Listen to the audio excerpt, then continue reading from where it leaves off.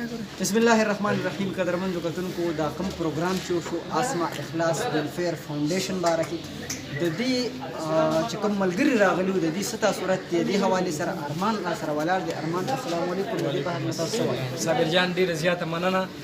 صرف دا خبره به وکړم د کوم چې اسما اخلاص کوم پروګرام را جوړ کړو د یتیمانانو د غریبانانو د بېوسو خلکو دپاره چې هغوی کومې ستړې روانې کړي نو انشاءالله امید ساتو موږ هم भरपूर कोशिश 100% به مو دا کوشش وي او دا هڅه به وي چې موږ د دې سره څومره مرستې کولی شو نو انشاءالله به کوو او چې څومره ملګري زموږ وس والا خلک دي هغوی ته به هم د دې باره کې وایو او انشاءالله دې پروګرام کې به ځان سره ضرور شرکت. ډېره زیاته مننه. ډېره زیاته